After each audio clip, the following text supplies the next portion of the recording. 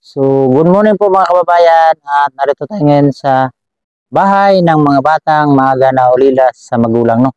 So, i-update natin ngayon dahil natapos na pero ang kulang lang daw yung tawag ito, yung CR yung sa likod. So, nag-message kasi yung kapatid ng mama ng mga bata. So, bisitahin natin ngayon. Kasi ng mga gamit ni nanay, kung nakita niyo yung vlog natin kahapon, ay nandun na yung mga gamit ni nanay.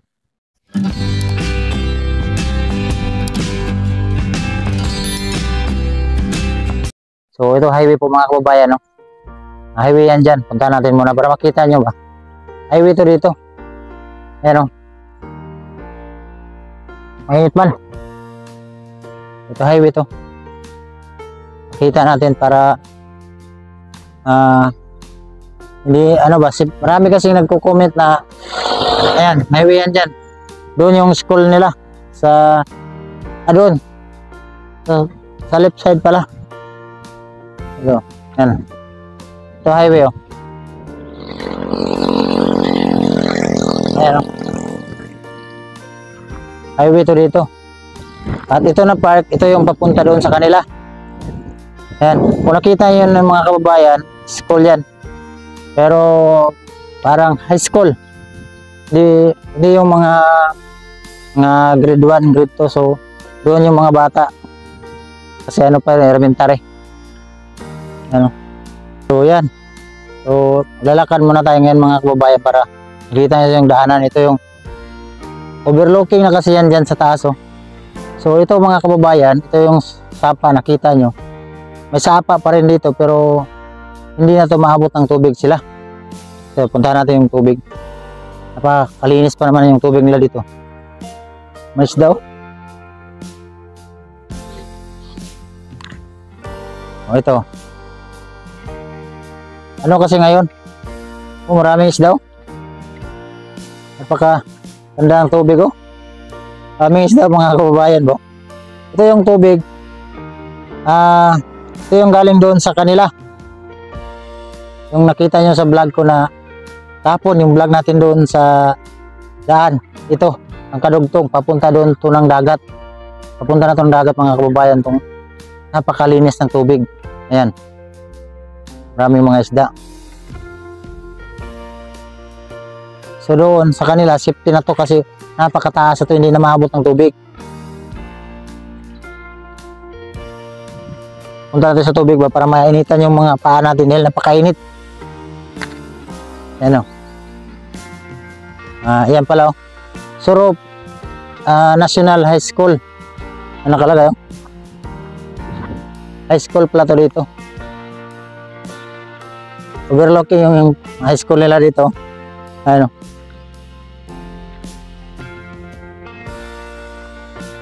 So safety na sila dito sa taas.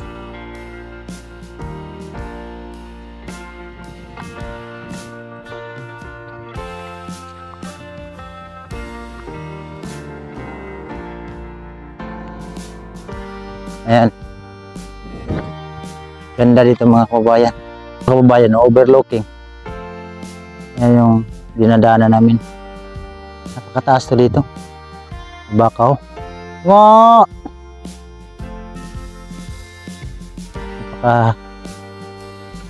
Ganda dito sa taas, overlooking. At maganda ito po mga kababayan dahil napakatahimik ba. Safety na lugar. Marinig mo lang ito yung mga huni ng mga ibon.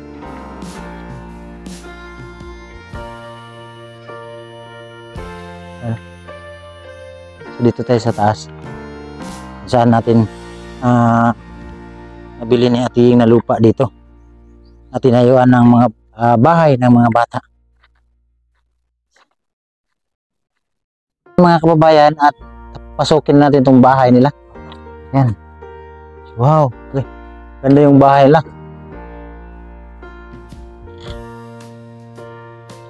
So yan, dito na mga gamit ni nanay, oh, na dala na nila. Yung mga gamit nila nandito na. Isang kwarto lang pala ito mga kababayan. Dito ginawa na lang sala. Yan.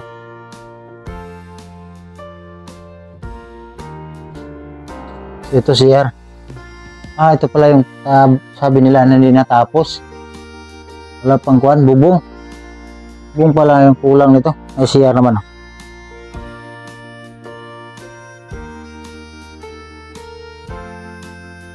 Napakalamig dito po mga kababayan. Okay na to kasi para safety na sila dito. May mga sulat po. So, yun ano pala para malawak. Ginawa na lang sala to. Bali isang kwarto pero malaki. Ito pa rin yung trabaho nila. Dito yung mga gamit ni nanay. Yung gamit nila ba nandito na. Pero hindi pa, sabi kasi niya na hatid daw niya yung mga gamit dito para pag-lising nito tuloy-tuloy na. Diretso na sila dito tumira. Kasi napakalayo yung lugar nila. Mula dito siguro nasa mga 30 minutes. Dumaan ka pa sa mga sapa. So mahirap. Kaya hinakot lang ni nanay. So lagyan ng format ni nanay. Himik dito eh. Napakasarap ng hangin. So maganda lagyan ng kuhan. Tiris-tiris dyan ba? Para malamig.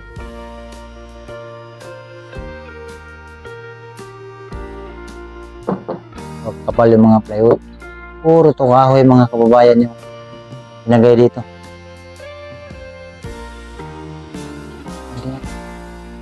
Kano? Touchscreen.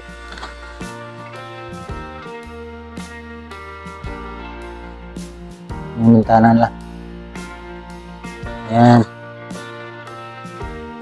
So, ito yung bintana may kurtina pa. Yung pagpunta ko dito wala pa to. Yan mayroon oh.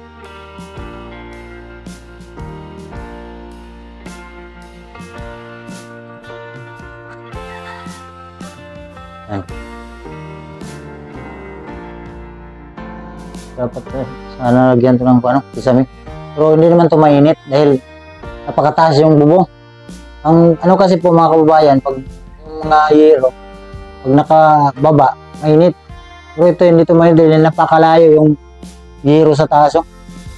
So malamig to. Tapos hindi to mainit dahil yung mga kahoy din sa paligid ba, nakapaligid ng kahoy. Ayan kita natin yung mga kahoy. Kita nyo naman yan sa ating vlog. Ayan kalawak dyan sa harap mo. Napakalamig dito po mga kababayan. Relaxing dito. Time pumunta ako talaga dito na parang nawala yung mga problema ko ba. Kasi marami akong inisip. Marami akong mga kwento sa buhay. Ayan. Kwento na walang kwenta. May kwento pero walang kwenta. Yan. Ano si nanay ito? May luya. Ito yung mga gamit ni nanay. Ito yung mga gamit niya doon sa bahay. Yung nating pinuntahan kapon doon sa ating vlog. Wala na yung mga gamit doon. Dinala niya na dito para diretso na ba? Napakasarap yung hangin dito. Para kang nalito sa kilid sa dagat ba? Kasi dito overlooking ba? Doon sa taas. Nakataas to.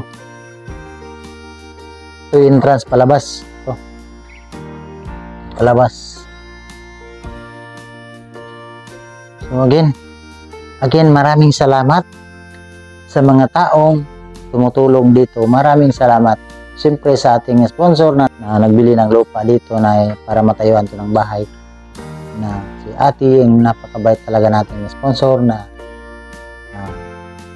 hindi talaga siya na dalawang isip na bilhin tong lupa. Kahit hindi niya kano-ano. Ganyang pinabutan tayo ng tulong para mabilihan ng lupa yung mga bata para matayuan ng bahay. So ito natin na bahay na talaga yung mga bata, no? So salamat sa iyong pagpabot ng tulong sa mga bata. Dahil kung wala tayong lupa na nabili, hanggang ngayon ay wala pa rin kasi napakahirap pag magbigay tayo ng bahay na hindi sa ating lupa, no? So ang mapilis nito nandoon sa may-ari. So hindi ko kasi nakita yung may-ari ngayon. So, ito yung isend natin doon sa ating sponsor na para maging legal na sa atin talaga tong lupa na tinayuan ng bahay. So yun mga kababayan, at uwi na kami dahil na tapos na ang ating pagbisita sa bahay ng mga bata na yung maaga na ulila sa magulang, no?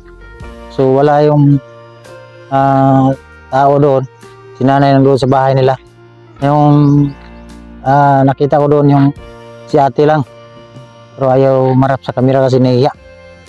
So ako lang yung nagdaldal doon sa bahay. So uwi na po kami para at least ma-update ko kayo ba, kasi kaya pala natagalan to dahil ulan dito. Ayun, nakita yung mga putik.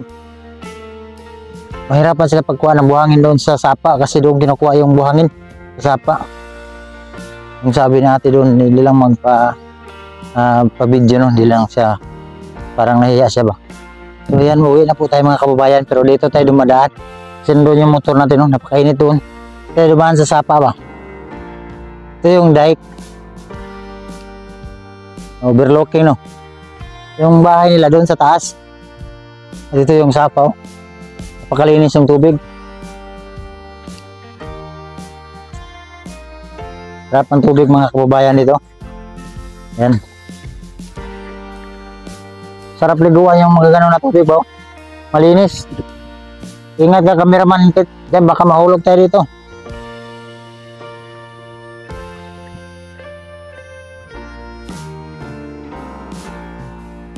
Napakasarap. Ano dito? Linis, ba?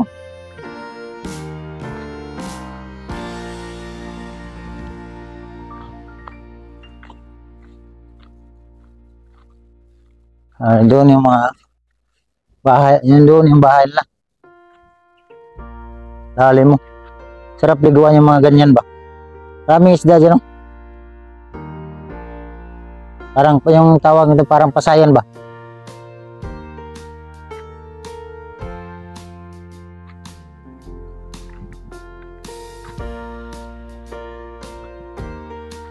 Sarap maligo.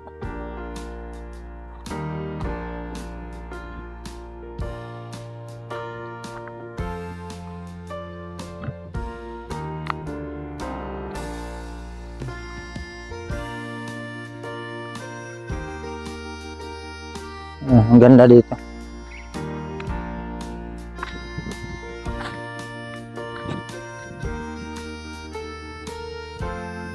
May mga puno.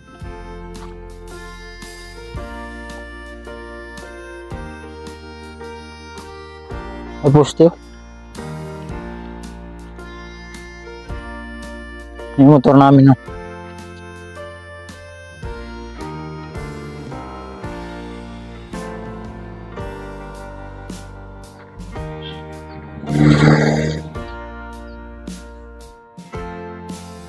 So yan. So maraming salamat at natapos ng aming misyon. Napakainit, masarap maligo pero wala tayong dalang damit. Delikado kasi galing kami ng bilad ng araw. So again, maraming salamat. Siyempre magpasalamat tayo sa Diyos palagi na palaging healthy ang ating katawan, no? Yun yung napakalaking blessing bawat isa sa atin na pagising natin sa umaga. Napakalaking blessing na yan bawat isa sa atin, no? So maraming salamat na sa ating sponsor na ginamit ng Diyos para matulungan itong mga bata na si Ate Ying, no? Maraming salamat ate sa pagtulong niyo sa akin. Hindi lang sa mga bata, pati ako yung natutulungan, no? So maraming salamat po mga kababayan at ito ko na lang tatapusin ang vlog na to. God bless you. Bye bye po.